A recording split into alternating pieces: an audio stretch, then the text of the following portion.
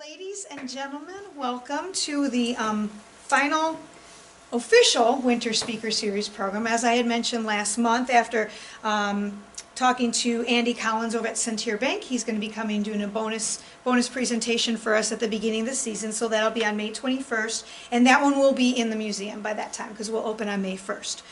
So we will see you hopefully for that. Lots of my volunteers have already started to fill out this form, so I'm just throwing this up here again. So if you're a current volunteer or you want to become a volunteer, please fill out the form. There's a link off of the bottom of the homepage on the website, or it's already in your inbox. I would have sent it to you, but please help me fill that out. So we're going to start using an online scheduling system this season. Calumet Voices National Stories. I keep talking about the Field Museum field trip. I put out a message to the Parks Director, but I haven't heard back from her yet, Parks Program Coordinator. So I thought maybe what I'll do is I'll just pick a day with the people up at the field when I can be up there, and you guys can just arrange your own transportation and meet us up there for a program if you can make it, kind of thing. It would be a weekday, because I don't know that this bus is going to come through for us. So I want to still be able to schedule something so that we can all go up together and see the Calumet exhibit. So watch in your email box for that information. Can we keep trying to get a bus though? Absolutely, yes, yes. I have an email to Hope. So as soon as I hear from her, I'll let you know what she tells me. Okay? Yeah. Dine Out fundraiser, so we just had Chick-fil-A the other night, and this Thursday is Rise and Roll, so hopefully you all are in the mood for some sweet treats all day long. 10% of anything that's purchased in the store will benefit us. So send everyone you know to go get their sweet treats. So. And they have other things besides sweet treats. They do. I love their sauerkraut. Okay. It's all natural, no preservatives. Excellent. Yes, Patty, you know you're being recorded. I don't care. Okay. So do we have to say we want to be a part of the fundraiser? Do we have to claim? Not at Rise and Roll. They are going to do 10% of all sales for the whole day. So thank them when you go in for supporting us, because they're making it really, really easy. Really easy. And then Pops, my tentative date is Tuesday, April 4th. That one you do need to have a coupon that you give them and they staple to your receipt. So watch for that information coming out. But that will be, like I said, in April. So we've got about a month before that one happens. And those are all my announcements. It's almost time for the museum to open on May 1st. May 7th at 2 p.m. is our ribbon cutting for our special secret project that I can't tell you about, but that Bill knows all about. And we'll also be awarding the Beatrice Horner Award that day. So it's going to be a really nice day. I've called for weather like this.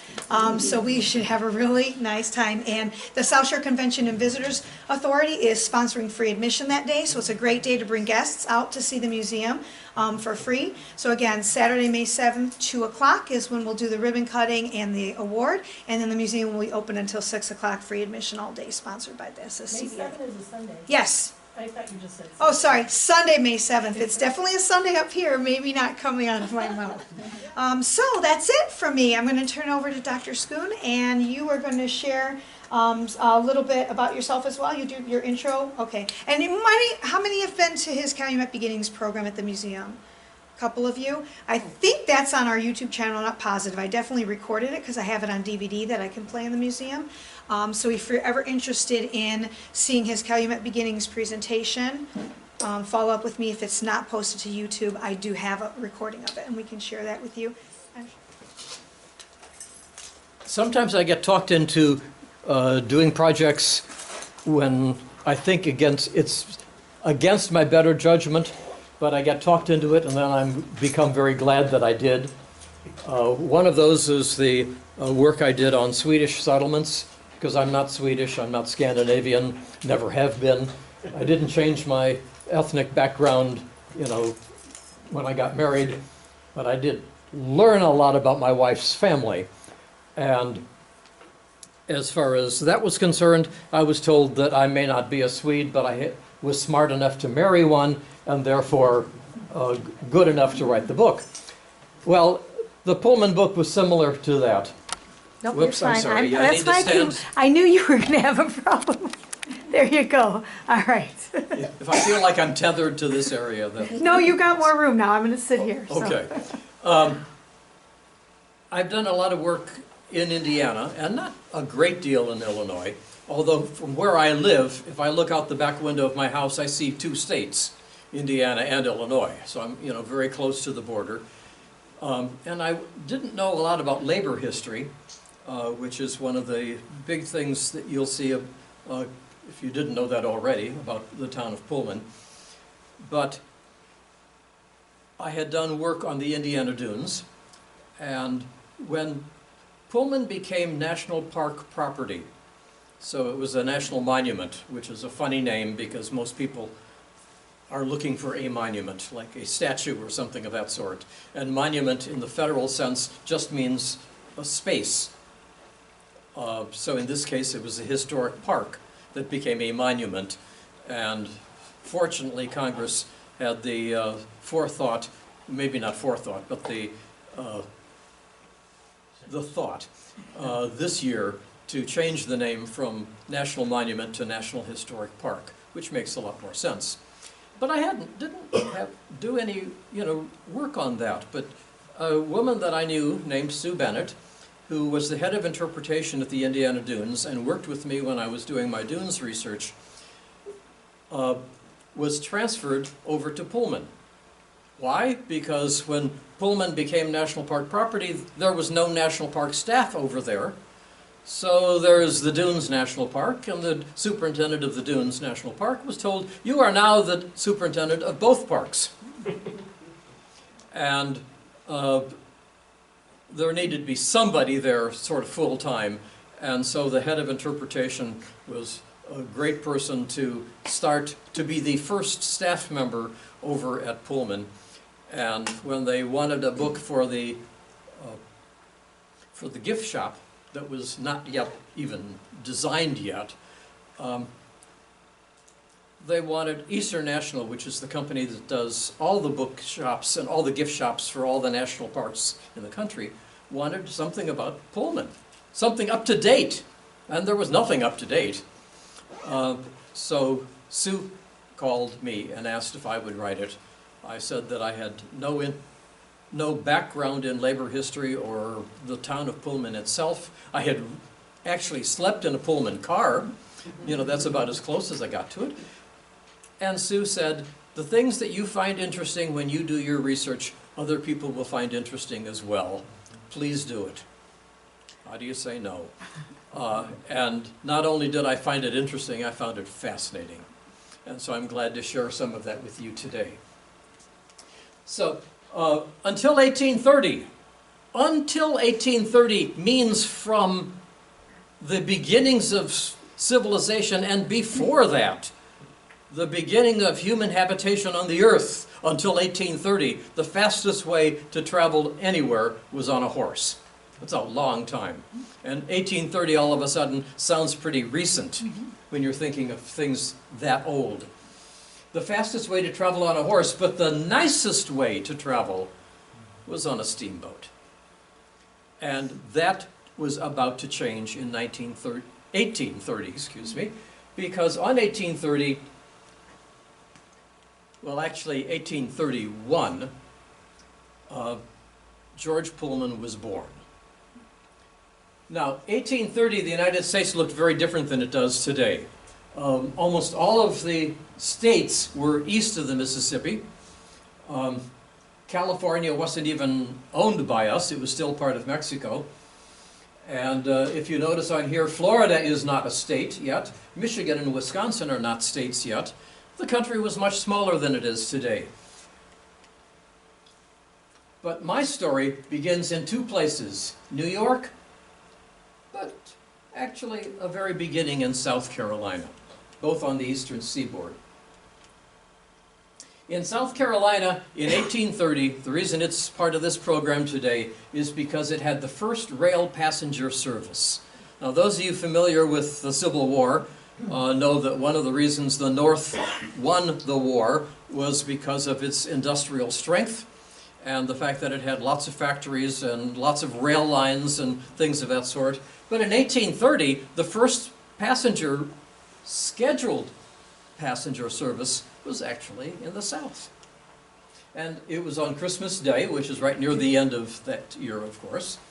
and it was the Charleston and Hamburg Railroad. Interesting name, because it goes from Charleston to Hamburg, and that was the length of the rail line. And there were no photographers running around back in those days, because this is 1830, before photography was expected to be recording national events. But that doesn't look like the engine of a train today, and these look more like stagecoaches than railroad coaches. But railroad coaches hadn't been invented yet. And the passengers were there. And that was the very first day. Now, only a few weeks later, on March 3rd, so roughly a little more than 2 months later, George Pullman was born in a town called Salem Crossroads, New York. Now, you won't find that on a map because it's changed its name to Brockton, New York. And Salem Crossroads was over near Lake Erie on the far western part of the lake of the state. And in 1845, that's about 15 years after Pullman was born, his father, who was a carpenter and an inventor to somewhat, got a job working on the Erie Canal. And so the father moved from Salem Crossroads up to Albion, but left most of his family still down in Salem Crossroads. And the reason the Erie Canal needed him was because it was built too small. Now, the Erie Canal is very famous, but it's entirely in one state, from one end of New York to the other end of New York. So it's not a federal project, it was a state project. And when they built the canal, it was just fine for a number of years, but then people started building bigger boats, and the bigger boats wouldn't go in the canal, and the canal was losing business, so they wanted to enlarge the canal. The problem was that there were houses built next to the canal, and the houses would have to be moved out of the way. And that's what Mr. Pullman was hired to do, was to move houses back away from the canal so that the canal could be made bigger. And George was 15 years old. But he grew, and his father did very well moving these houses away. And when George got to be old enough that he could solve problems in an industrial climate, he moved up to Albion where his father was living and started helping his father. He was called the fixer or the foreman. And for some men, it's hard to take instruction from a teenager. But, and I'm sure he heard lots of complaints, and it hardened him a little bit if he wanted to get the job done right. But he could see immediately that there was competition with the canals because of those railroads. And the railroads had a couple of advantages over the canal. It cost a little bit more money to ship something on a railroad than on a canal, but the railroads could go more places than the canal could go. The railroads could get there faster than the canal boats could get there, and the railroads could deliver it in the winter, which the canals cannot do, at least canals in New York. And the competition was with railroads, which by then were beginning to look a little bit more like the railroads that we'd recognize today. In 1850, that's 20 years after Charleston, there were 9,000 miles of track in the United States, all of it east of the Mississippi River. 10 years later, 30,000 miles of track. You can see the railroad industry is growing very, very rapidly. As far as Indiana is concerned, communities wanted the railroads to come. They wanted the tax money that the railroads would pay, and they said yes to just about every company that asked, could we build a railroad through your town? There were so many railroads that almost immediately they started going bankrupt and merging, and the merging hasn't ended yet.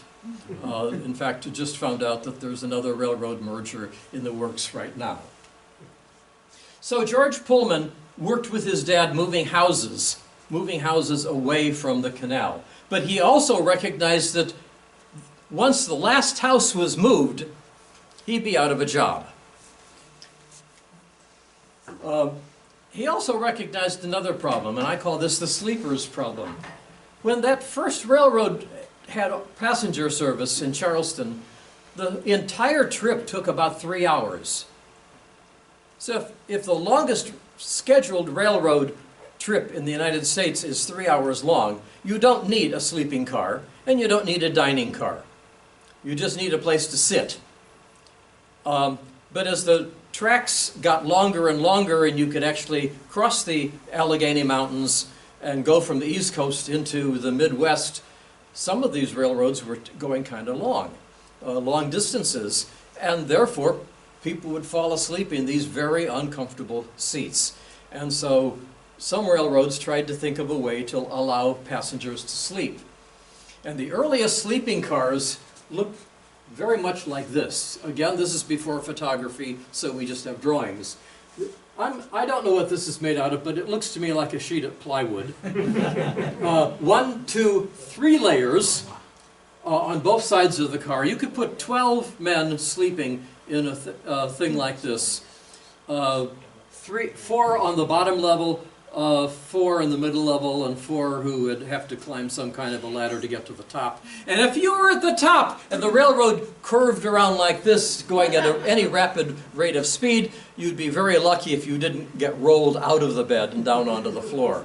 And notice I used the sexist term men. How many people caught that I said how many men would sleep? Why do I use the word men? Because there was probably no woman alive who would spend the night sleeping on something like this. With no privacy and on a hard bed like this, and what women would tend to do with their children, if there were any with them, was to get off the train at a depot before sunset, stay overnight in a nearby hotel, get back on another train on the same route the next day and finish her trip. Not sleeping on something like this. George was a man. He was expected he would probably sleep on something like this, and he found it extremely uncomfortable. There was also a problem towards the west. And before I tell you that problem, I need to tell you who it was that let him know about it. That was a woman named Mary Matson. I wanted a picture. You notice I have a picture of George Pullman, and I have a picture of his partner, Senator Field, who was not related to the Fields in Chicago. Not Marshall Field or Field Museum. I was thinking of that as Julie, as you were talking about going to the Field Museum. This was a different Field. He was a politician from New York. But Mary Matson, I could not find a photograph of her. I looked, but I just didn't, I couldn't find one. I'm sure there is someplace. But I did find a picture of her husband, Joel Matson. Why? Well, this man happened to be the governor of Illinois. And the village of Matson in Illinois, not far from here, is named after him. But he wasn't at the party. Pullman met Mary at a cocktail party in Albion, New York, and she was complaining about Chicago's problem. Chicago, for those of you who have heard my talk about the geology of the area, Chicago used to be the bottom of Lake Michigan. It's built on former lake bottom land. Chicago isn't much higher than Lake Michigan. When you're in Chicago and you go to the lake, you don't go down a long steep slope down to the lake level. It's not far removed from the level of the city itself. So imagine all these stores in downtown Chicago, as it was then, and this is a modern city. It wasn't even started until the 1830s, versus the East Coast cities that were started in the 1700s and some, of course, in the 1600s. Chicago's a young city. It's a modern city. It has sewers underground. That didn't work very well. Because what sewers need is a slope. And a slope then allows gravity to take the sewage and go down the sewer and empty it into wherever you're emptying it, which is probably into some river, which would then carry the sewage away to another town. But Chicago was already low, and the Chicago River flowed through the city and into Lake Michigan, and the city wasn't much higher than the Chicago River, and therefore you put sewers under the street level, it's almost at the level of the river to start with, and if the river is in flood stage, the water could actually come up the sewer instead of going down. There's a problem. Chicago's too low. The city council decided we need to raise the city. Imagine that as a project back in the 1850s and 1860s. But they wanted to raise the city by about 4 feet. And Mary Matson is describing this to George Pullman, who realizes pretty soon he's going to be out of a job moving houses. And in order to move a house, you have to raise it a little bit, put it on some kind of wheels and move it back. So George decides he would apply for the job to raise the Matson Hotel. That's all Mary could promise him. And so he went from New York over to Chicago. The Matson Hotel, this is a black and white shot, but I colored the hotel sort of a reddish brown so you can see what color, so you can see where it is. And Pullman's job was to raise it. Well, before he actually left New York for Chicago, he ordered 1,000 jack screws. And a jack screw is very similar to a jack that you'd use to lift a car. It's a thread. It's like a screw. And as you go around and around and around, something would get higher and higher and higher. And so he ordered 1,000 of these. You dig underneath the hotel. You put the screw underneath the hotel, but on its foundation. And I don't know how many he needed for the Matson Hotel. Never found that out. But let's say he needed 500 of these jack screws.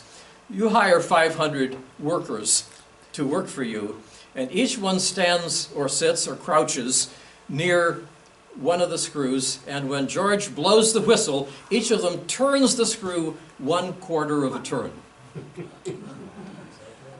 And then when you realize everything is stable, he'll blow the whistle again, and you do another 1/4 of the turn.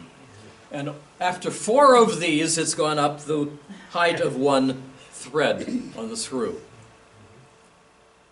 He raised the Matson Hotel with the customers still inside, not knowing it was being raised.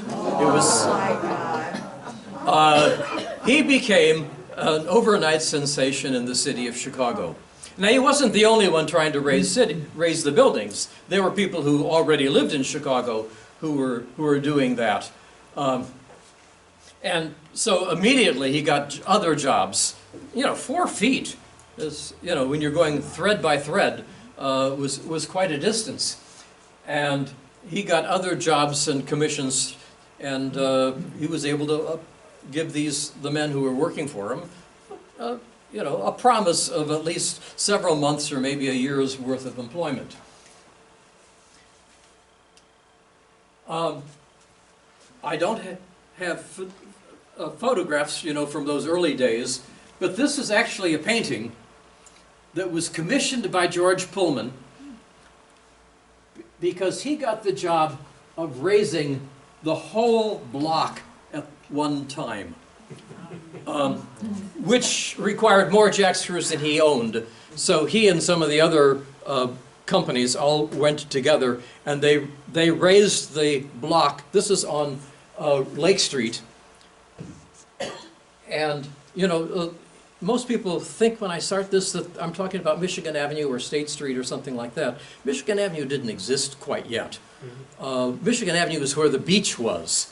Where the Art Institute is now is built on, at that time, was lake. They needed Indiana sand to dump into the lake to expand the city out, but that's a different story. But a fellow named Edward Mendel was hired by George Pullman to do this painting. It's a lithograph. And the reason George did it is because he was so proud of what they had actually achieved. Well, in 1859, that's the year he arrived in Chicago, but what he really wanted to do, and he knew that when the last building was raised, he'd be out of a job. So that other problem, the sleepers problem on the train, just made him think we've got to do something. And Mr. Field, Senator Field, had actually already designed a couple of sleeping cars for railroads. And Mr. Field had more money than Pullman had. So the two of them sort of worked together, and they got permission from the owner of the Chicago, Alton, and St. Louis Railroad to take two of their passenger cars, gut the inside, and build a new kind of sleeping car. Why that railroad? Well, because Mr. Matson owned it. And Mrs. Matson probably said, hey, you really want to get this guy to do this. And so he was given two cars called, well, they were numbering the cars. Car number 9 was the first car that he did. And this is the first photograph, the oldest photograph I have. It is actually the inside of car number 9. And he has seats that you sit in. And this isn't any surprise to us, but the upright back of the seat could be folded down to make a flat surface. And if two people sat next to each other, then it would form a double bed. But this up here, which looks like the ceiling of the car, is actually the bottom of the upper bunk. And they would lower the upper bunk so that you could have people sleeping down at the lower level, but on mattresses, sort of. And then another bunch of people sleeping on the upper bunk. And they made the car pretty. They used cherry paneling for the walls. They put in lights, gas-powered lighting. And I think this car may have had a bathroom, a lavatory at one end or the other. But don't expect that the water was heated or anything of that sort. I mean, how many of you actually took the South Shore someplace when the bottom of the toilet was actually the ground underneath? Yeah. Yeah, and if you flushed and you held the handle down long enough, you could see the ground underneath, fly by underneath the toilet, looking straight down. So it was still a pretty primitive car, and to lower the upper bunk, you needed ropes and pulleys. But it was better than anything else that had ever been designed yet. And the passengers liked it. And that's the important thing.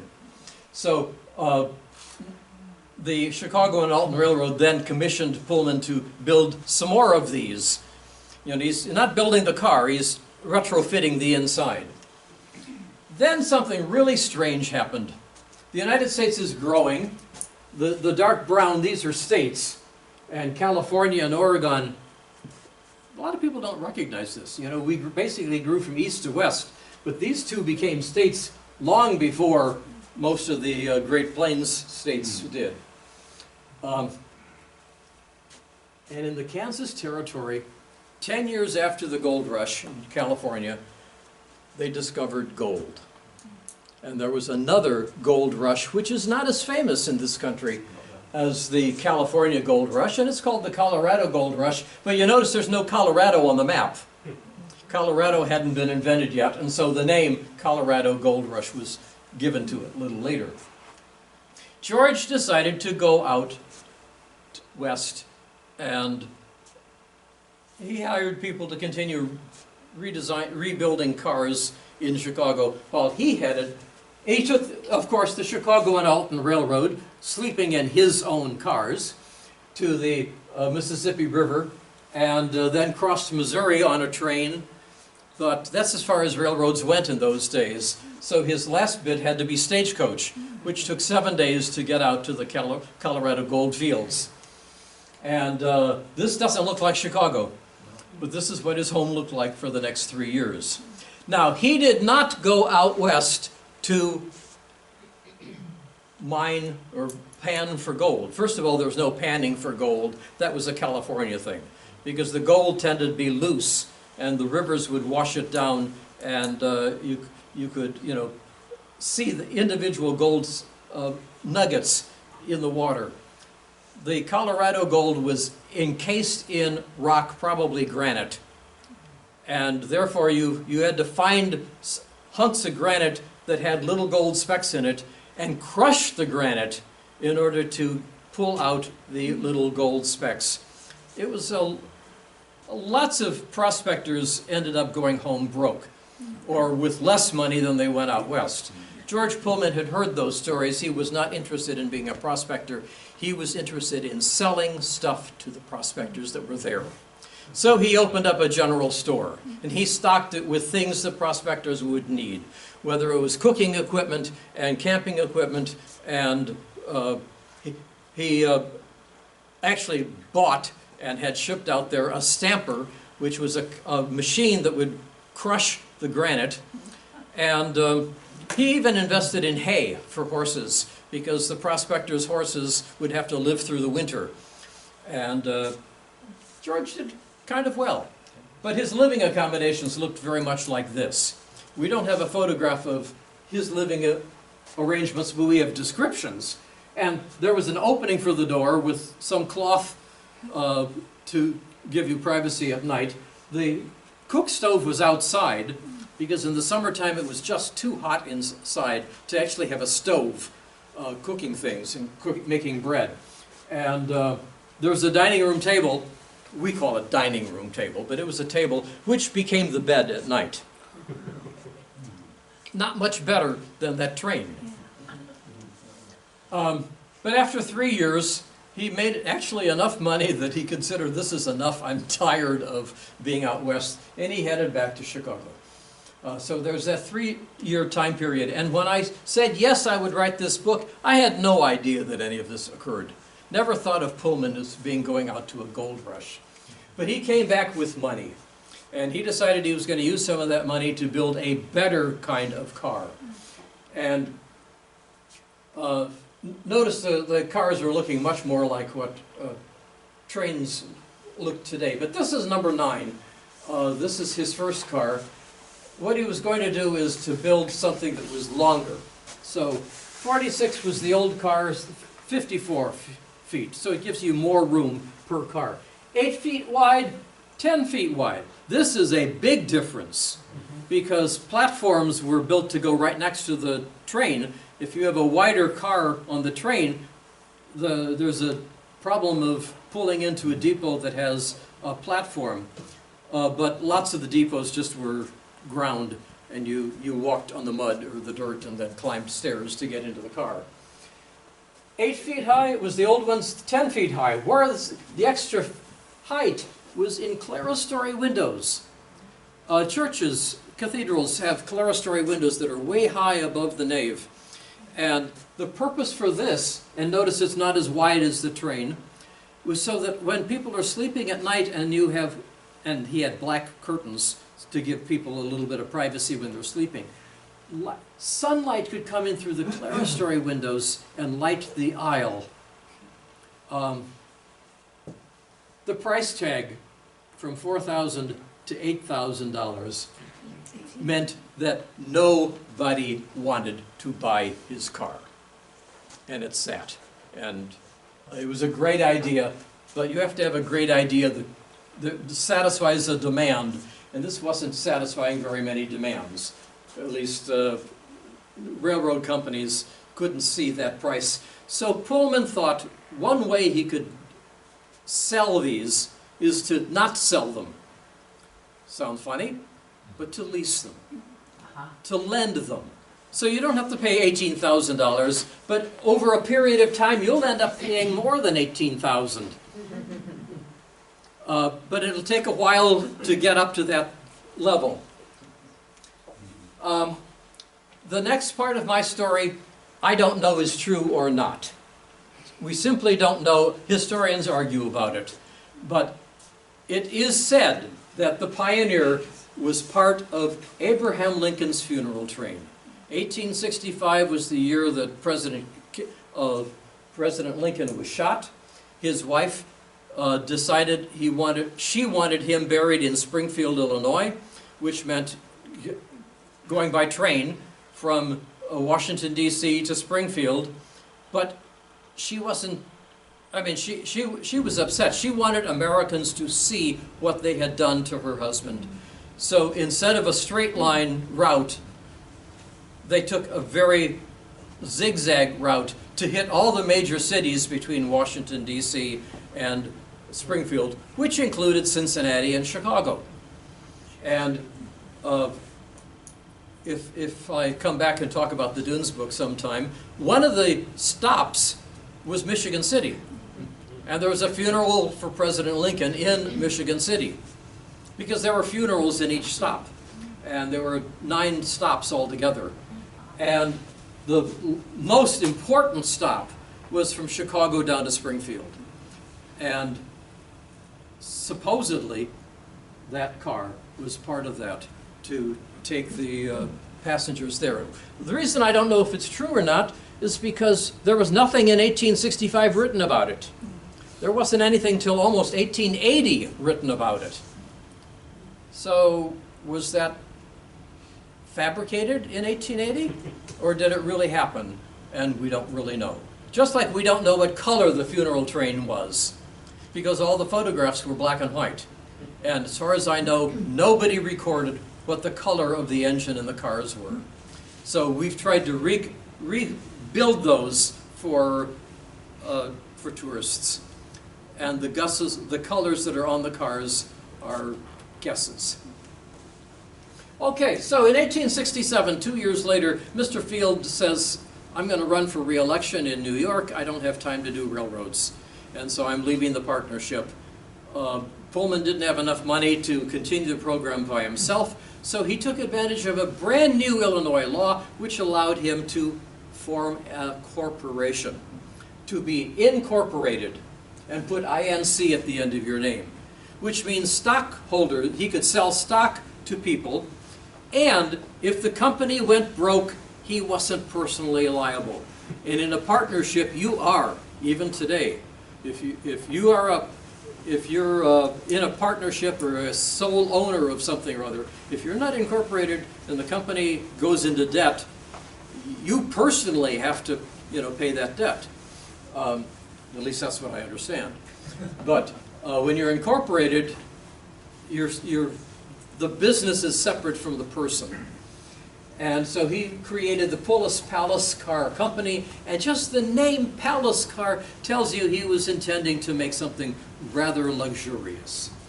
And this is his replacement for car number 9. It was very, very Victorian, with lots of velvet and lots of tufting and lots of fringe and things that the Victorians just dearly loved.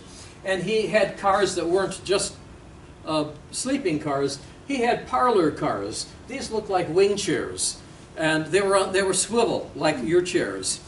And so you could turn it and talk to the person across the aisle, or swivel it so you can talk to the person behind you or in front of you, or look out the window. You had to pay extra to use these cars. But the railroads found out that there are people who would gladly pay extra to have comfort on their trip. Pullman also thought about the fact that we need service.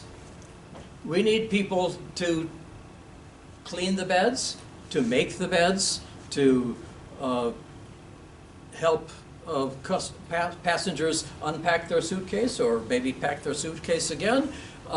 We need servants. After all, the wealthiest passengers on the railroads were kind of used to servants. Butlers at home and maids and things of that sort. And finding people to work wasn't the easiest thing in the world until he had the idea, till he realized that there's a whole class of people in this country in the 1860s who are looking for jobs. And these were the emancipated slaves from the South, because the Civil War was over and the slaves had all been freed, and that meant that their owners, former owners, no longer had to provide them with food. Unless you want to work for them for hire, and that was often backbreaking work. And so George Pullman decided he would hire African American men to work for him as porters on the train. And it worked so well that he would only hire African American men. so that as he said himself, from a distance you could look, you could see the color of the skin, and you would know that that's a servant. He wouldn't be, you know, a fellow passenger, and you could ask him to do something. And if you didn't know his name, well, you called him George. And most of them did. So the Pullman's jobs were to make the beds, to welcome the customers when they arrived, to help them. This is moving awfully fast. To help them up the stairs, to provide them with a drink of water if they wanted one in the middle of the night or something of that sort. And as many people know, the porters also, if you left your shoes outside your sleeping area at night, the porter would pick them up, polish them, and return them by the morning. When does the porter sleep? George didn't care. Certainly it wasn't during the daytime, but if he could find 3 or 4 hours at night, that was probably as much as they got. And by the way, they did not sleep in Pullman sleepers. They had the longest hours on the train, and as you might guess, the lowest salaries. That's not quite true. There was one class of employees who were paid less than porters. And the women in here probably could guess. That would be the African American women who were hired as maids. They got even less work, salary. Well, Pullman did very well. He not only leased the cars, his company interviewed potential porters, hired them and evaluated them, and fired them when necessary. All the porters worked for the Pullman company, no matter what railroad line you were on. The Pullman cars were owned by Pullman, and the Pullman employees were paid by Pullman. Well, he did very well, and he couldn't build cars fast enough. So in 1869, you know, this is only 10 years after he headed out west for the gold rush. He bought the Detroit Car and Manufacturing Company and moved all of his creative working men to Detroit. So all of the Pullman cars for a while were built in the city of Detroit, not in anywhere else. And the very next year he bought the Central Transportation Company, which was also making sleeping cars and was owned by a man named Andrew Carnegie. And Andrew Carnegie and Pullman kind of agreed to work together when Pullman said to Mr. Carnegie, "And if we merge, what are we going to call this new company?" And Andrew Carnegie said, "Well, of course, we will call it the Pullman Palace Car Company." George was pleased. They merged, and the Pullman company expanded. Then the two men became directors of the Union Pacific Railroad and then leased all the Pullman cars. The trains heading out farther west now could carry. By 1879, there were 464 sleeping cars running the American rails that were built or redesigned by the Pullman company. The annual profit, this is net after all the bills were paid, was $1 million a year in 1879. Now it would have to be divided among all the shareholders. So it's not that one person got that much money, but George Pullman, being a smart person, owned 51% of the stock. So that still would be 500 grand for him personally. But he still could not keep up with the demand. And so he needed another place where he could build railroad cars, build them faster than he could do it in Detroit. And so he started looking south of the city of Chicago. He lived in Chicago, and Chicago was by this time becoming sort of the Midwest hub for railroads. Many railroad lines went from the East Coast to Chicago. Then you had to get your luggage and go across town, get on a different train to go out any further west. And south of the city was an awful lot of open land. This is a map of the area around Lake Calumet, and all these large rectangles where you don't see much in there was either farmland or land that wasn't even suitable for farming. Now, a lot of people got the impression, probably because a lot of books mentioned it, that George Pullman bought a lot of land south of the city, which was in the middle of nowhere, and he built his town. Not quite true, the middle of nowhere. Because not far from Lake Calumet over here is a thriving community called Roseland. And how many people are familiar with Roseland? More people than I would have guessed. Roseland, my great-grandfather, when he emigrated from Holland, he lived in Roseland for a number of years before he moved to Indiana. But you notice this area is not one of those that has a large empty space that is farmland. It's divided up into streets and small farms and things of that sort. And then down at this end, if you've ever taken the South Shore a few years back to Chicago, you're familiar with the first place that you might stop after Hegewisch, and that was Kensington. Kensington was not much of a village. It was basically a railroad crossing and had some houses and stuff for the people who worked for the railroad. But the rest of this land was pretty well empty, and this area here was so swampy that it couldn't even be used for farming. George Pullman, and Lake Calumet was so shallow. I mean, this is Lake Michigan bottom land too.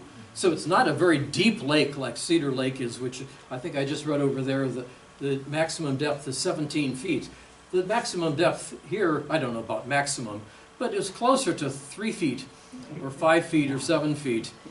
You know, it wasn't a deep lake, and it was clay bottom. So he could dig up the clay and raise the ground level here. He was pretty used to raising ground level. And not only that, he could then use that clay to make bricks to build his city. And so he decided to buy land, and actually he ended up buying a huge amount of land, thousands of acres, far more than he would ever need to build his town. So here you have Roseland in the upper left-hand corner and Kensington further south, but he was going to build right next to the lake. And here's a map that was made 14 years later, and this is the town of Pullman, built between about 103rd to 116th, 115th, I think, down at the south end. And this is the Illinois Central Track, and so the town of Pullman was between the tracks and the lake. And because it was a long, skinny town, and his workers wouldn't have access to buses or cars, because there weren't buses and cars around yet. Most people, well, this is the horse and buggy era. And most people during the horse and buggy era did not own a horse or a buggy. Wealthy people had horses, and very wealthy people tended to have buggies, or farmers, but not city dwellers. And so, what do you do when you want to get someplace? Well, you walk. And if it's a long distance, you take the train. So, Pullman was smart enough to put his factory in the center of the town, so that if the factory was up here, some people would have to walk all the way from the south end of the town to go to work. But by putting the factory in the middle of the town, then it cut in half the distance that most employees would have to walk to get to work. And so his industrial buildings were in the center, and then to the south and to the north were the residences. But most of the public buildings, which I'll be talking about, were built on the south, sometimes just referred to as South Pullman. He also built the factory buildings before he built any place for people to live, because it'd be silly to build a residence or an apartment building or something of that sort and expect people are going to live there when there's no job for them when they get there. So he built the factory first, and actually built the whole town in about 4 years. It was extremely rapid. And he hired an extremely good architect to design the town for him. Now, the administration clock tower building, which is here, is not the first building that was built, but it's one of the first. And I think you can just look at that and say, he had a first-class architect designing that building. And the fact that it's still standing today speaks a lot for itself. And then the erecting shops were to the north and to the south of it. And so that when people arrived in town, they would say, oh, I'm in Pullman. He did two things. One, this does not face the town. It faces the railroad tracks. Because people coming in, whether they were workers or partial potential customers, they would come in on the Illinois Central and stop at the depot at 111th Street, today 111th Street. Then it was called Florence Boulevard. Florence was his daughter.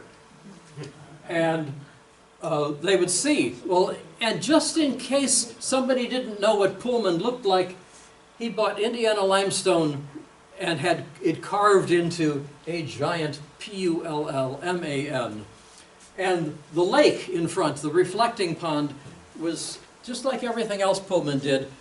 He figured, what does it cost to build and what will it get me? In this case, it's a retention pond. Behind this building was the generator that powered the factory, and the generator needed water to cool it, and that water had to go someplace, and so it went into the reflecting pond. And so you have the front erecting shops, both south and north.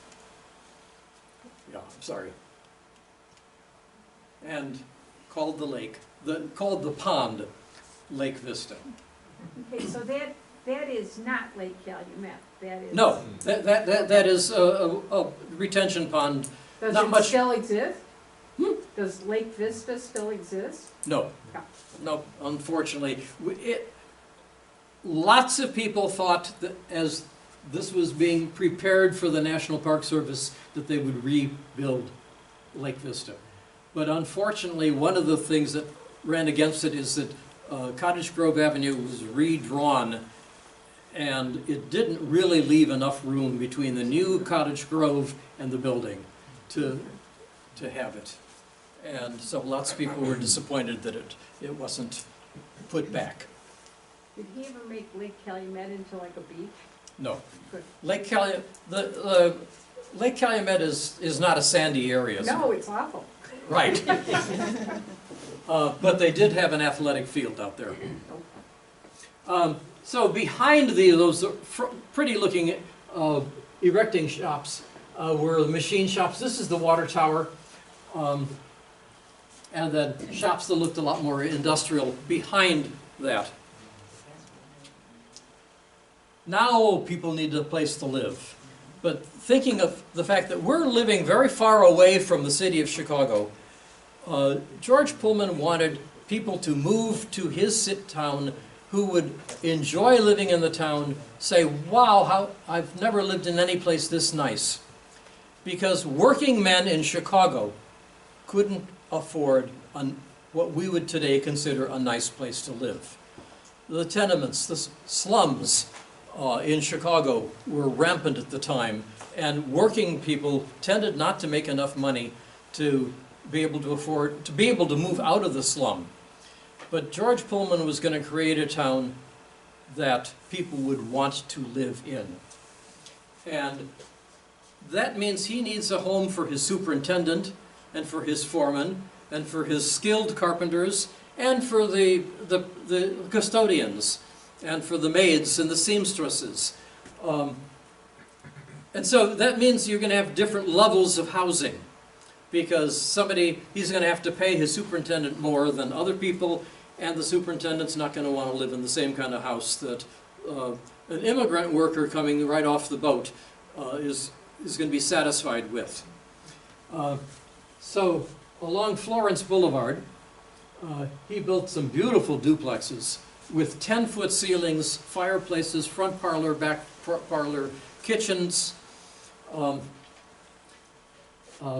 then these homes were sort of middle management. Teachers in the nearby school might want to live here. His foreman, maybe the doctor who would start a practice someplace. But most of the housing was of what was referred to as a cottage style. The cottages were all row houses, which row houses meant that you only lost heat in the wintertime through the front, back, and top, but not from the sides, because you had another house there. And so it was cheaper to heat a row house, and you could get more people into a small area, but you could give them 2 or 3 stories, so they still have room for the whole family. But his row houses came in 3 different varieties: 14 feet wide, 16 feet wide, and 18 feet wide. Now 18, that sounds pretty small for the width of your house, and 14 feet certainly is, but the average, the normal lot size in the city of Chicago, in the older parts of town where the bungalows are today, is only 25 feet. And that includes the green space on either side. So the house is nowhere near 25 feet wide today. So this wasn't amazingly small, but at 14 you would have a very low rent, and a little higher still. But it was better. It was better than anything for your salary, it was better than anything you could afford in the city of Chicago. Yep. Now, when I say that, it sounds funny because Pullman is in Chicago, but it wasn't at the time. Most of these had 5 rooms, including a living room, an eat-in kitchen, 3 bedrooms, and a water closet or bath. And the next thing is important. Every single housing unit he had indoor plumbing. And this is the time when most of the Chicago slums had outhouses. And in the wintertime, you had to go outside to use the bathroom. Or you had a bowl that you kept underneath the bed. They all had gas utilities, and because Pullman hired lots of carpenters to build his cars, he had really Victorian-era millwork. The wood trim around the doors and the windows was artfully designed. Much nicer than houses in Chicago. Now, there were also public buildings. And by the way, the one thing that I neglected to say, since he wanted everybody to feel that this was the nicest place they could possibly live, the streets were all tree-lined. Every unit had a front yard and a backyard, and behind everybody's backyard was an alley, and the alley had men who would go up and sell vegetables in the summertime, and sharpen your scissors and do things of that sort, pulled by horses, of course. And there were parks. It was a pretty place to live. But some people would be coming for a short period of time, customers. You might have to put customers up for the night. Railroad executives who wanted to look at the newest sleeping cars. So the first non-residential building, that's not factory, building that he built was the Florence Hotel. Notice also named for his daughter. And the hotel at that time had opposite placement of rooms than we expect today. Today, if there's a hotel and the hotel is 18 stories high in Chicago or Cincinnati or someplace like that, you expect the penthouse, the nicest place, the presidential suite, the bridal suite, it's not going to be on the first floor. It'll be way at the top. But in the Florence Hotel, the best rooms were on the second, well, the first floor was public rooms. So the sleeping rooms were on the second floor, and those were the best. The third floor had smaller rooms. The fourth floor had the smallest.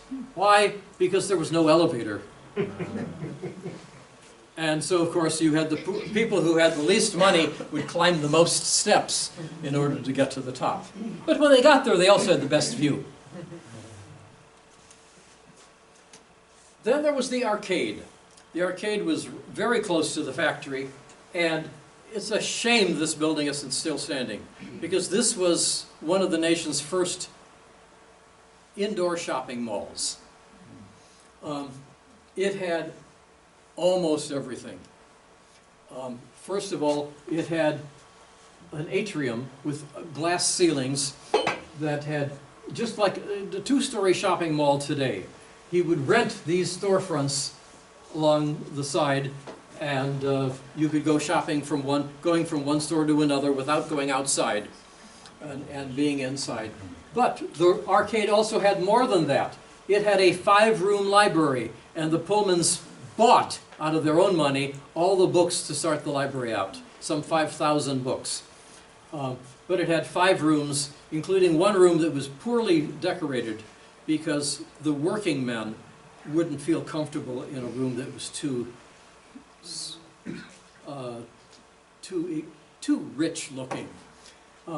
It was not a free library, by the way. You did have to pay to use the library.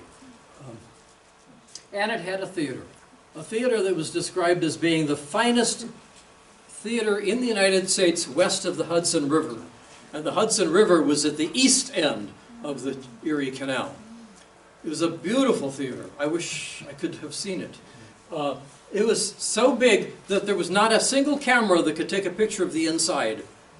So what I did for the book and for this is that I took the picture of this side, made a copy of it, flipped it 180 degrees, and put the two pictures together to show you what the theater probably looked like, except that the middle looks kind of funny.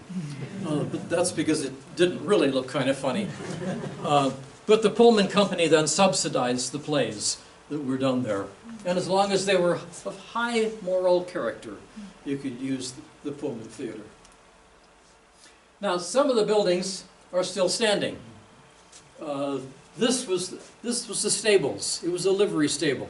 And one of the things I learned doing this research is that livery stable and stable are two different things. Liveries, if you have the word livery, you're saying that there were horses and buggies that you could rent, that you didn't have to own them. But the rich people who had them, there were no barns in Pullman. If you owned a buggy and a horse, you would have to keep it here. And then, of course, you would have your chauffeur go get it and bring it to the house when you wanted to go someplace. But this building is still standing. It's used by a 501c3 organization now that provides shoes to people who can't afford them. But being a stable, there's one horse in this picture, which is a white horse, because when built, this was also the fire station, because the fire trucks needed horses to pull them. And you didn't want to take the horse to the fire station and then go. It's best having the horse already at the fire station. This was the hospital, right next to the church, which I'll get to. This was originally built as a boarding house, but became Masonic Temple.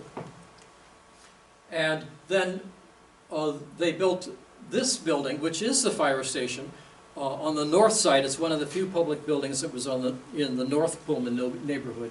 And it's one of the few left in Chicago that has a tower, which was used both for being able to see where the smoke is coming from, but also to hang the hoses after they were used. The city of Chicago owns this building now. It is empty. They don't know what they're going to do with it. But they did repair the roof so that there's no continuing water damage to the inside, and the building will be in good condition when they decide what they're going to use it for.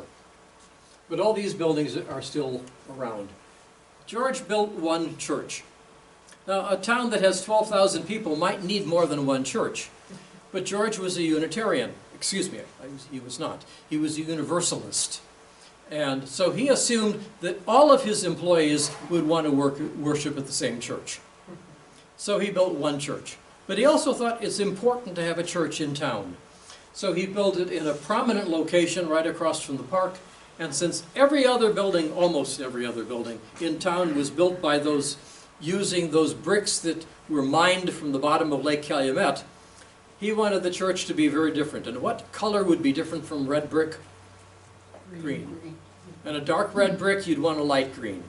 And he found a rock in Pennsylvania called greenstone, and he had that quarried and brought to Pullman to build the greenstone church.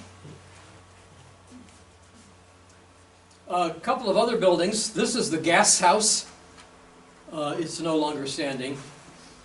That's the first elementary school. Problem with the elementary school was, A, it was too close to the tracks, the IC tracks, and secondly, it was too small for the number of kids that lived in Pullman.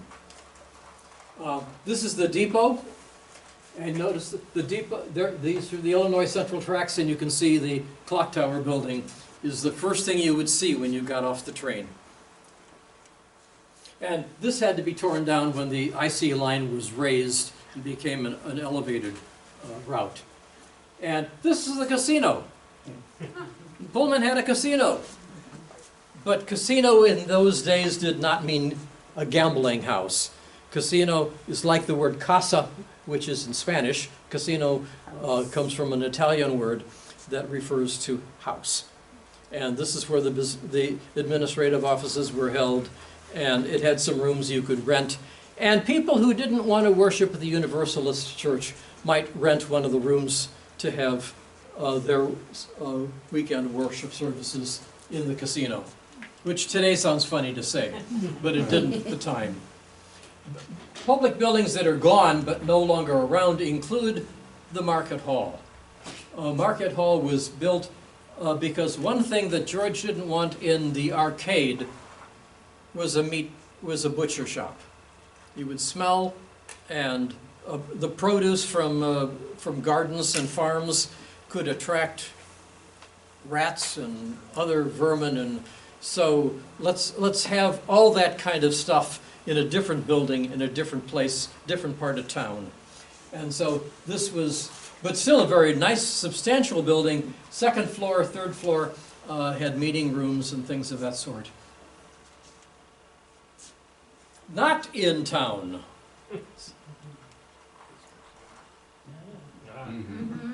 George was not only a Universalist, he was a teetotaler. He not only didn't drink himself, he didn't like it when poor people did. Because poor people wouldn't know when to stop. And they would have too much, and then they would show up to work the next morning drunk. And he didn't want drunk employees, and he didn't want drunks walking up and down his tree-lined streets. And so no taverns were allowed. Well, there was a bar in the hotel. But it wasn't a tavern. And the prices in the hotel were such that none of his employees could afford to drink there. But the executives that were thinking of leasing his railroad cars might go down to the bar and drink. Other than that, the first floor of the hotel was basically like a private club in Chicago, with private rooms for men only. Women were not admitted into the hotel if they came by themselves and didn't have a male escort. If they did have a male escort, they could go into the dining room, but that was about it. The billiard room and some of the others and the bar were for men only. But notice the Greenstone Church across from the park. Couldn't have a nicer location. But then it was a nice park, and most of the slums in Chicago didn't have nice parks within a short walking distance of everybody. And George Pullman liked good music. He liked martial music. He liked marching bands. And he figured the only way you can get a good band is to have good musicians. And how do you get good musicians when you're starting a factory town like this in the middle of nowhere? Of course, that's insulting to Roseland to say middle of nowhere. So he let it be known throughout the country that first-class musicians, if they came to Pullman and worked for him, he would A, give them a job, and B, they could be in the band. And within a very short amount of time, he had one of the best bands in the United States, and I say that because they were invited to play in the the inaugural parades of the President of the United States. And they didn't invite schlock bands. So they had summer concerts. Where are you going to have the summer concert? Well, the only place you could really have the summer concert is where you might want to have a concert today, in the park. But the middle of the park was a flower bed. So he built a platform over the flower bed, and then the band was up on the platform. They would do weekend concerts, and then after the concert was over, they would disassemble the platform, and you'd have the flower bed again. The platform would go over the flowers so it didn't destroy the flowers, and it was only in darkness for that one, maybe 2 days, and then until the next weekend they could enjoy the flowers. Money was no object, not when you're making $500,000 a year. By 1890, there were 12,000 employees working at his shop. 10,000 of them lived in town. The other 2,000 lived wherever they wanted to, but would probably still have to walk to work. We know that a number of them lived in Roseland, and Roseland also expanded as it down the hill and closer to the IC tracks, and houses were there. The net earnings by 1890 were $4.5 million. That's after all expenses were paid. He's doing very well, and there were 2,135 cars across the United States running on 120,000 miles of railroad track. 1892, big heavy planning for the World's Fair, which is going to be held on the south side of Chicago. And the World's Columbian Exhibition, 1892, of course, is 400 years after 1492, and we all know what happened in 1492. And so they named this after Christopher Columbus. And on April 7th, the Marquette Hall burned down. George was going to build a trolley between the fairgrounds and Pullman so that people visiting the fair could come to Pullman and see what a marvelous community he had made. And one of his biggest buildings burned down. Well, it was a year before the fair was going to open, and they rebuilt it in very fast time, slightly different style, using a Florentine arch, named after the city of Florence, where it was common. And of course, he particularly liked the name Florence. And on the square around that building were apartment buildings on the four corners, with the arches, which mirrored the new Marquette Hall. And it was done in time for the opening of the World's Fair. May 1st, the opening day. May 9th, the stock market crashed, and orders for new cars dropped. But remember that Pullman didn't sell any of his cars. He was leasing them. So if the railroads continued to use his cars, they had to continue to pay their rent every month or every year. So the Pullman Company still had money coming in, even though they didn't have very many new orders. But by August, this wasn't working very well. So in August, he cut the workers' salaries by 25%, but he didn't cut their rent. As George Pullman explained, if you live out of town, your landlord's not going to cut his rent just because your salary went down. Why should I? It costs me so much money to keep the buildings, to build them. I still have to pay the bank. I still have to pay the stockholders. And so he didn't lower the rent. What he had done was, what they were doing at first was quite illegal. Since most of his employees lived in town, and that meant that they had to pay rent to him, when they got their pay check, they would get an amount that was what they earned less the rent. And the Illinois court said that's illegal. We don't allow that in this state. So, payday comes. Everybody is now getting 2 checks. One check is the amount going to the worker, which is the amount of their rent. And the other check, which was larger, was everything else. So the paymaster gives the employee 2 checks with the instructions to turn one of them over and sign it back to the company and return it to the paymaster and keep what was left. When what is left is cut by 25%, and you really didn't have a lot of money left over previously, it presented real problems. And one of the things that a lot of people did was to take in boarders.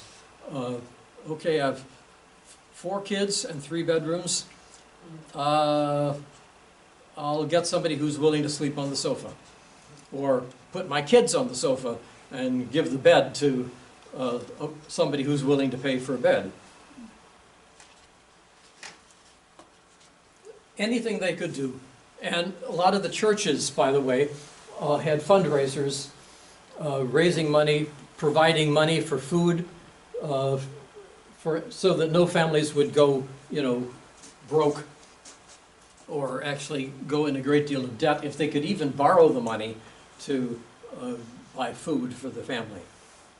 By the way, nobody was thrown out of their apartment during the strike. Excuse me, I shouldn't have said strike. We haven't gotten there yet.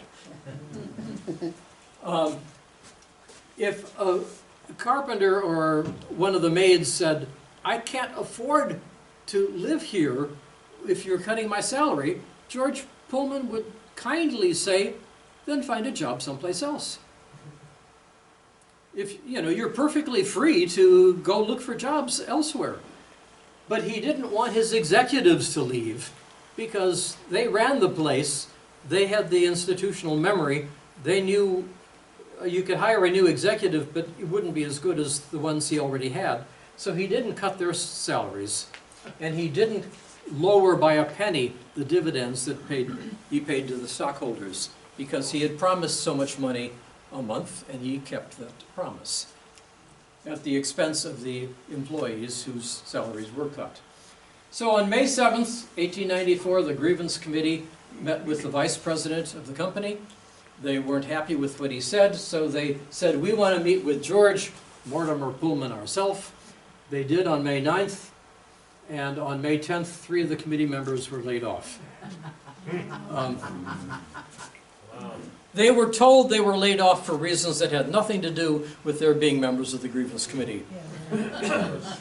And no, it doesn't help if it were true, and most of the people assumed that it wasn't true. May 11th, they went out on strike. Now this was a small strike.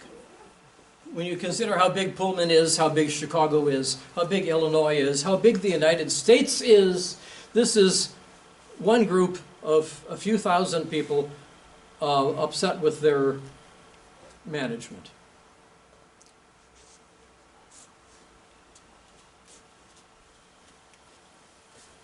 But a month later, the strike hadn't been solved, and by the way, there was no damage to the building. The union actually placed guards around the factory to make sure that no people did anything that was stupid. Setting a building on fire or anything like that, to protect, because they wanted to protect the company that was going to hire them back after the strike, hopefully with a higher salary. But there was a new union in town called the American Railroad Union. So fairly brand new. The railroad union didn't believe in strikes. It pushed negotiation, but it would take anybody who worked for a railroad, whether you were a skilled craftsman or any other job, a conductor, craftsman, porter, anything. If you worked for a railroad, you could belong to the ARU. And this was a national organization. And they had headquarters in Chicago, which was very convenient to be right nearby. And they agreed to help the strikers by having its members boycott Pullman cars. These are people who do the switching in railroad yards across the country, that they would refuse to work for any train that was carrying a Pullman car. Well, since there were so many, now 1,000 of Pullman cars across the country, this began to have national effects in cutting down what was happening in the railroads. And you know from the news this last year that when the railroads are talking about a strike, it affects the entire country. Congress is, we all make fun of Congress because it takes so long to decide on anything, but when they wanted to prevent that strike from occurring, the Republicans and Democrats could work together, not agreeing on everything, but were able to divert a strike in the year 2022. A national railroad strike could be a real problem, and it wasn't a strike. The ARU people showed up for work. They just refused to work on any train that was carrying a Pullman car. So the General Management Association, which was a group of owners of railroads, decided, well, we can solve that problem by telling the railroad companies to put U.S. mail on every car that has a Pullman car, because it was against federal law to mess with the U.S. mail. And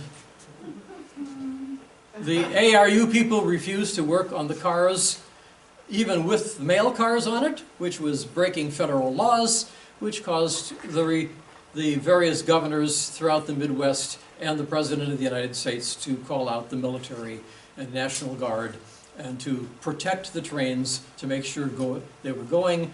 The National Guard people were armed. That means having firearms, which meant to some rioters, they were targets. And there were then riots. The court injunction came 4 days after the boycott began. The New York Times called the strike the biggest strike or the greatest strike in history. Congress decided, let's placate the workers, and they created, during the strike, Labor Day, saying, we're really on your side, and vote for us again next year, please. July 2nd, violence began. We noted the same thing after the George Floyd incident, murder. Good grief. The people who were causing trouble and rioting had nothing in common with George Floyd. They weren't his relatives who were upset having lost a family member. There were people who came in from other people who were maybe anarchists or people who had a cause, but they weren't closely related. Well, there was violence, there were shootings, there were people who were killed because of the strike. And by July 12th, the trains resumed, the strike and the boycott were broken. And George Pullman graciously allowed all of his workers to come back to work at their old salary, and I want to see you tear up your union card as you walk in the door, and promise never to join another union as long as you work for me. Repercussions over the long term demonstrated the potential power of unions. You could see what a union could do, even if it hadn't done at that time. Labor Day was established. President Cleveland created a commission, which took several years to study the situation. And if I could combine 300 pages into one sentence, it was that the company was hostile to conferring with its employees. And many of its recommendations became law, but not for another 30 years. Well, after the strike, George Pullman, who had spent the strike, by the way, at his summer home in New Jersey, his vacation home, came back, resumed his regular schedule, but a little slower than before. And he passed away on October 18th, 1897, and was buried at Graceland Cemetery. This is his monument at the cemetery. Graceland, you know, is a tourist destination because of the funerary art that is there. One thing that is known about the Pullman gravesite is that the casket was put in the ground and then smothered with a huge amount of concrete. And the newspaper said that the concrete was there at Mrs. Pullman's request because she was afraid that the Union members were going to dig up the body and desecrate it. So by pouring all that concrete over the grave, and then covering that with black dirt and pretty grass, it would protect the body. On the other hand, the man who designed all the buildings in Pullman designed the memorial, which included a very tall column which you don't want leaning over to one side after a while or falling over, so you need a strong concrete base to put it on. And of course, the cemetery says, no, that concrete was not put there to protect the body. It was there basically to protect the superstructure. You can decide. In Pullman's will, he left money to create a brand new school, the Pullman School of Manual Training.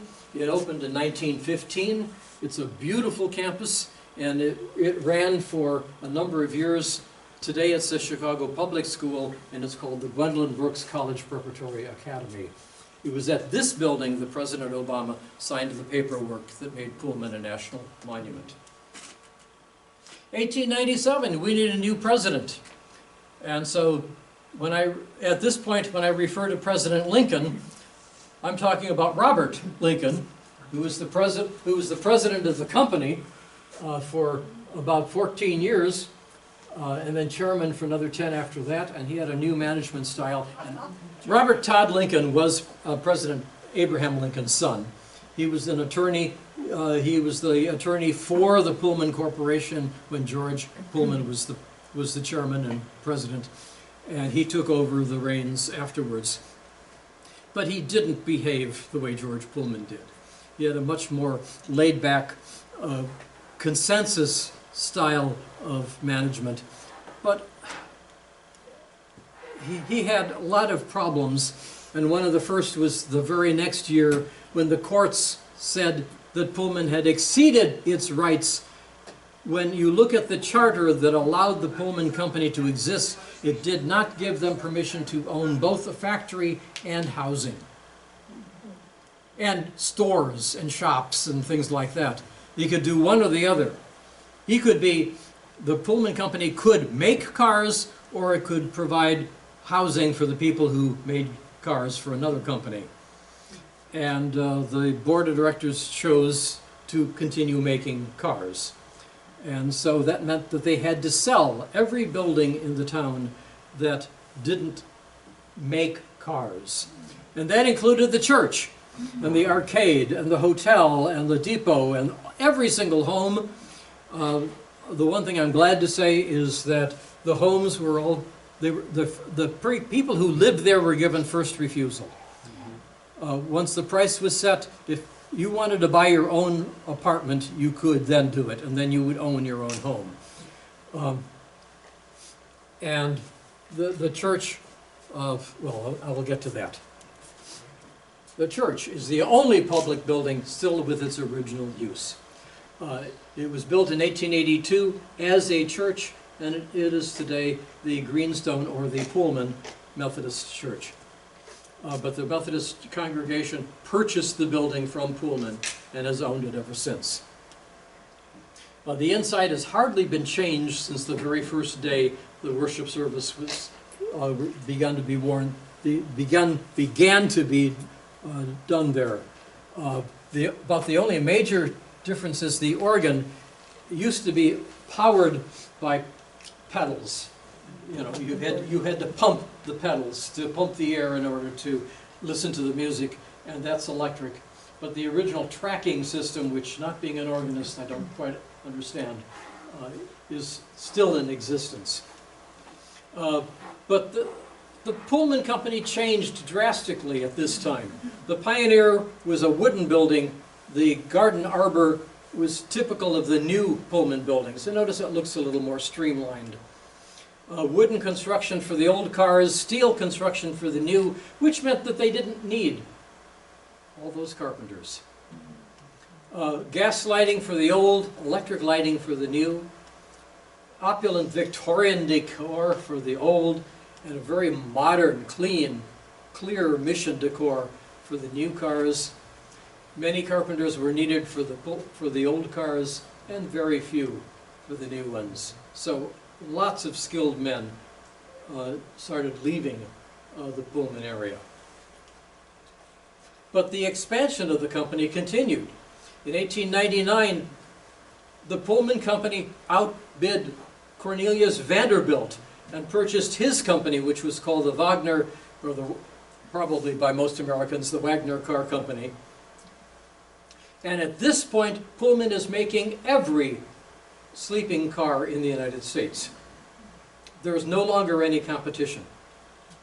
In 1922, the company merged with Haskell Barker in Michigan City, which was at that time the largest freight car manufacturer in the United States. Barker is still sort of a magic name in Michigan City.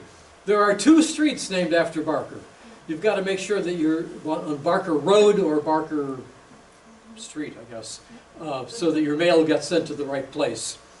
3,500 employees, and they made 15,000 cars a year. That sounds like an awful lot, but freight cars are faster to make. A boxcar doesn't take as long to build as a sleeping car with, dozens of compartments inside of it. The 1920s were the most prosperous decade of the entire company. 98,000 cars were made. 12,000 porters were employed, and 100,000 passengers on average every night were sleeping in a Pullman car. 1925, the porters finally were able to organize, and that itself is a whole issue all by itself. 1927, the arcade was torn down. Why? Well, people are beginning to drive their cars to the mall or to the shopping area, and there's not a parking lot in the city of Pullman. Not one. And the arcade simply couldn't afford to keep going, and they finally tore the building down. But because it had the library, Mrs. Pullman, who is still living in the area, paid to build a branch of the Chicago Public Library for Pullman residents, and it's still in existence. And it looks very different from the other libraries because it was designed really by her. Expansion continued. In 1929, they bought the Standard Steel Company in Hammond, Indiana. And at this point, and by the way, Standard Steel was the largest employer in the city of Hammond at the time. And again, because it was a steel car company, they had never been making cars out of wood. And so Pullman was able to diversify. But in this case, they didn't buy the company. The two merged. And by merging, they changed their name to the Pullman Standard Car Manufacturing Company. 1929, and by the way, you noted that this was 1929 before October, because in October the stock market crashed, and whereas the old one from the 1890s had been called the Great Depression, they changed that name to the Long Depression because the word Great Depression had to go to the 1929 stock market crash and the depression that followed that. So we have a new Great Depression. Ridership dropped off, employees laid off. 1933, Pullman's no longer in charge of his own company. Remember, he doesn't own those houses anymore. Prohibition was over, and people started opening liquor stores in the town of Pullman. Can you believe that? Whereas a lot of the carpenters were moving out, a lot of immigrants from Eastern Europe and Southern Europe were moving in, including a number of Italian families. Can you imagine an Italian family having dinner without wine? And one thing, I'm sorry I forgot to tell you, when Pullman first started in the 1880s and all these men were coming in with their families, And there was not a single tavern in town. Kensington opened up 23 taverns. How could I forget that most important part of Pullman history? Right across, all you had to do was walk across the tracks and you were in Kensington. So in 1933, liquor stores started opening up within the town of Pullman. 1937, the porters, the Brotherhood of Sleeping Car Porters, actually was able to get a contract agreed by the Pullman company, and it was the first contract that was agreed to with basically an all-black union. And many of the men who were involved in this negotiation then became leaders in the civil rights movement later on, not too many years later. 1941, the Second World War has begun, and Pullman did a lot of work creating stuff that was needed for the war effort. Some things that really surprised me. For instance, shipbuilding. Whoa. Forward, forward, forward. Okay. Shipbuilding, because they're right next to Lake Calumet. They could actually build ships that could then steam out of Lake Calumet into Lake Michigan and go out from there. And in the Hammond plant, they built howitzers and artillery for the war. 1945 is a time period that we think of, for that into the 1950s, was prosperity and a post-war boom and lots of jobs and lots of money and suburban communities building across the United States. And the myth is that everybody was doing very well. But it wasn't the case for Pullman, because after the war, more people started buying cars. And if you own a car, you're not going to take the train from here to Chicago, if you don't have to. And so the more automobiles there were, the fewer people willing to pay to go on a train. And competition with airlines, once airlines started flying between the Midwest and the East Coast out to California and back, you were much less likely to go on a train and sleep in a Pullman car, taking several days to get out to the West Coast. And so the amount of cars that they were making in Pullman got to be lower and lower. And it was a good thing that they had bought cars and they could make box cars and gondolas and cars like that as well. In 1958, Pullman Standard Company moved out of Pullman. They had other plants in Chicago, but not within the historic district of Pullman, which left a lot of buildings empty, and other factories then bought some of them.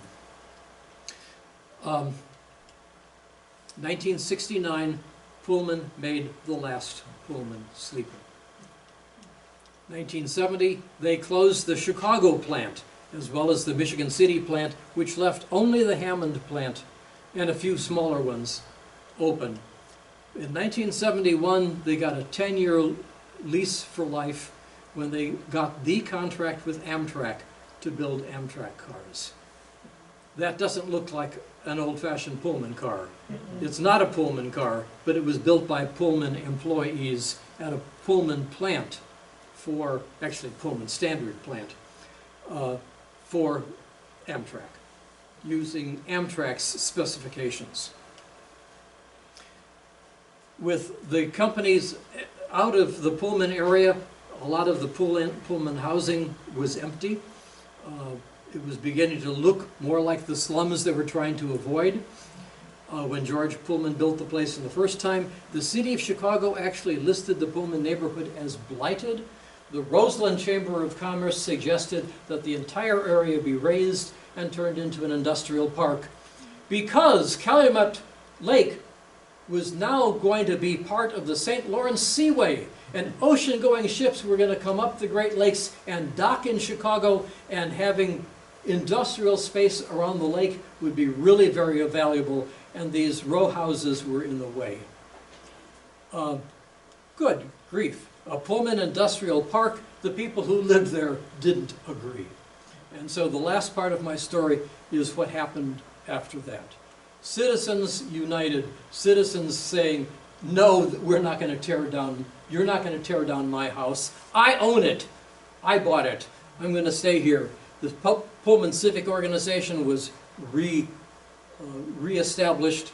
The word old disappeared from their vocabulary. They didn't live in old housing that was nearly 80 years old. They lived in historic housing. They started publishing newsletters and mailing them to all the congressmen and the mayor and city councilmen. They started giving house tours, and I forget the number. I think the 61st annual house tour will be this October. The Beeman Committee, named after the architect who designed the town in the first place, was established to help people restore their homes so that it looked like it did in 1884.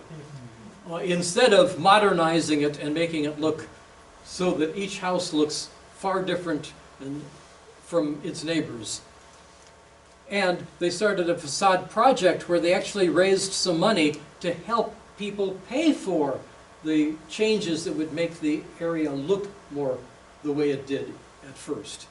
And they got the city and the state and the nation to declare Pullman as a national landmark, which is like the Register of Historic Places. This is for large, not just a house, it was the entire town. They needed money, so the Historic Pullman Foundation was started. And the Pullman Foundation bought the Hotel Florence a week before it was to be torn down. They bought the Masonic Hall because the organization had left and had it for sale, and so they turned this into, the foundation turned this into their headquarters building, and then made that the visitor center for Pullman. This is what was built when the arcade was torn down. It's not, you can tell it wasn't designed by George Beeman. But the American Legion wasn't there very long before its members were moving out, and they just couldn't afford to keep this building up. They merged with another chapter and sold this building to the foundation, which then moved its visitor center into this building. And it's now called the Pullman Exhibit Hall. And Marquette Hall, well, Marquette Hall burned again. And so, but it was an upper level fire, and so they tore off the second and third floor, and they had a one-story building, and that building burned. And so they cleared the rubble away, and what's left of it is still standing, waiting to be rebuilt someday. But it is the disappointing part of the town. Things like the garden club. A garden club was started, and they started doing garden tours. Look how pretty Pullman is. This was their garden walk and tea. They do it every year except during COVID. And during the winter time, when you can't do gardens very much easily, they have presentations and talks, so you can come and listen to somebody talk about gardening. The Illinois Historic Preservation Agency, that's an agency of the state government, then bought the Hotel Florence from the foundation, and they bought the clock tower building and the two erector buildings north and south of it, and created the Pullman State Historic District, not of any of the houses, but of the public buildings. Unfortunately then, the public building burned down by a fire set by a homeless man who was cold. And this was the Sun-Times the next morning, and this picture was taken by a friend of mine who lives in Pullman the next morning. He was inside the erecting building taking a picture of the clock tower the next morning. But Fortunately, the state of Illinois had already purchased the building, so they owned it. Jim Thompson was the governor of Illinois at the time, and he was a Chicagoan, and he was very much in favor of, he was watching Pullman get better, and so he was in favor of using state monies to restore the building. And so the state of Illinois then paid to restore the clock tower building and the hotel. The clock tower building is finished. The hotel is still under construction. It's been 30 years. A friend of mine from high school, who I hadn't seen in years, found out that in October 2005 they were going to be putting the clock back on the clock tower, and so he drove to Pullman on a beautiful clear day, took a series of pictures, and there's the clock going on top of the tower. That's the roof going on top of the clock. That's the flagpole going on top of the roof. And that's the eagle going on top of the flagpole. There's no way I could take that job. But Paul Myers was the one who did the 4 photographs. And when we did this book, I got a call from the company. I had given them one of these pictures, and the publisher called me and said, we have 4 more pages. We don't have anything to put on it. So I have his photo essay of these pictures plus a few others, unfortunately not in color, which made the clock tower building now look like it did when it was new. There he is putting the eagle on top of the top of the flagpole. A new foundation, the Bielenberg Historic Pullman House Foundation, thought house tours are nice, but what you're doing is seeing the way the inside of the house has been fixed up by people who live there now. What people really want, a lot of tourists, some visitors to Pullman, is what did the house look like? What did the inside of the house look like in the 1880s? Who lived there? What was their story? And so this foundation has been buying Pullman houses and then restoring the inside to the 1880s shape, and then buying, since none of that furniture is around anymore, they would buy period pieces to furnish the inside. And restore the interiors, furnish them, tell the story, not just of the building, but of the people who lived there, to make it a human story. The first building that they basically have finished, not quite, is this one, which was one of the executive houses. This is the house that the superintendent lived in. It was, had the highest rent, was also rented by the person who had the highest salary, is the largest, most beautiful building right there on not what is now 111th Street. When Mr. Sessions, who owned that house, then sold it, it was turned into the Pullman Executive Club, which didn't make a go of it. So then it became a restaurant, but it's too small to be a restaurant. And it went through 3 different owners as restaurants before it just closed. And the foundation bought it and is restoring it to make it look like the way it did in the 1880s. And so it'll be the welcome center with a coffee shop inside where you could have coffee, get maps, decide what you'd like to do while you're at Pullman. The Thomas Dunbar home is a neighbor of the Sessions, but they're also going to buy one of the honeymoon apartments, called that because they expected that young men who were recently married, who had no children, would want a nice, very small, low-rent building, and so some of the buildings are intended for, 1-bedroom apartments, but unfortunately the people who lived there didn't necessarily have no children, but they liked the low rent. Every building, as I told you, had indoor plumbing. That doesn't mean every unit had indoor plumbing. So you didn't have to go outside to use the toilet in the wintertime or summertime or in the rainstorm. But on these buildings, you did have to go down to the first floor and go down the hall to the back of the building and use one of the 4 toilets, each in an individual closet, sort of. And then, you know, flush by pulling a chain, because the water tank is up high. And of course, whoever used it last wouldn't necessarily have been a member of your family. And it might not be in the level of cleanliness you would expect to have in your home. But at least you didn't have to go outside. More to come. In 2015, President Obama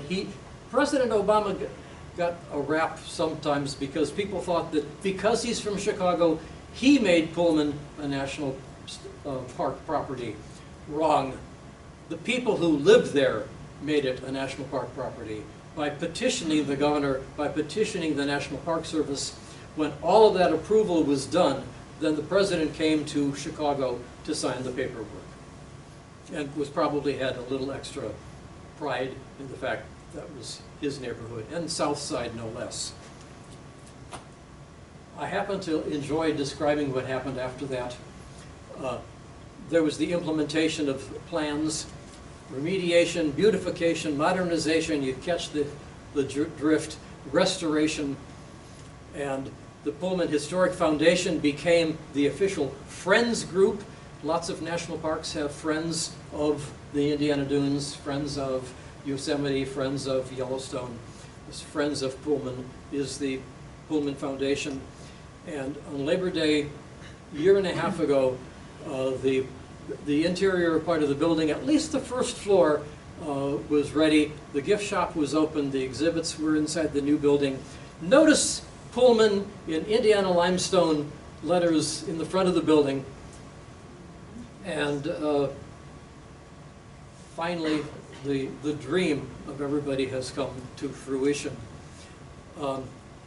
January 19th of 2023, which is barely 2 months ago, Congress had changed the name from the Pullman National Monument to the Pullman National Historic Park, which I worked with volunteers in Pullman and people who had been working there for 8 hours or 6 hours at least, and they would turn to me and say, "Where is the monument?"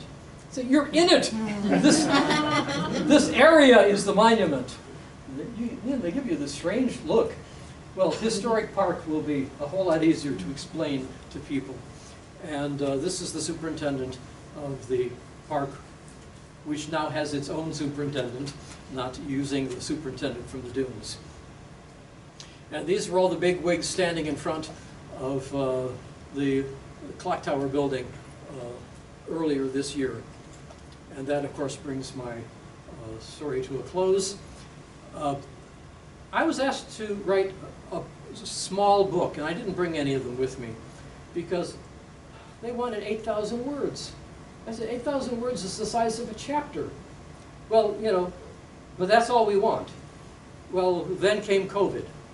And I'm doing some research, and I got a phone call saying, "Don't hurry. We don't have a gift shop to move into.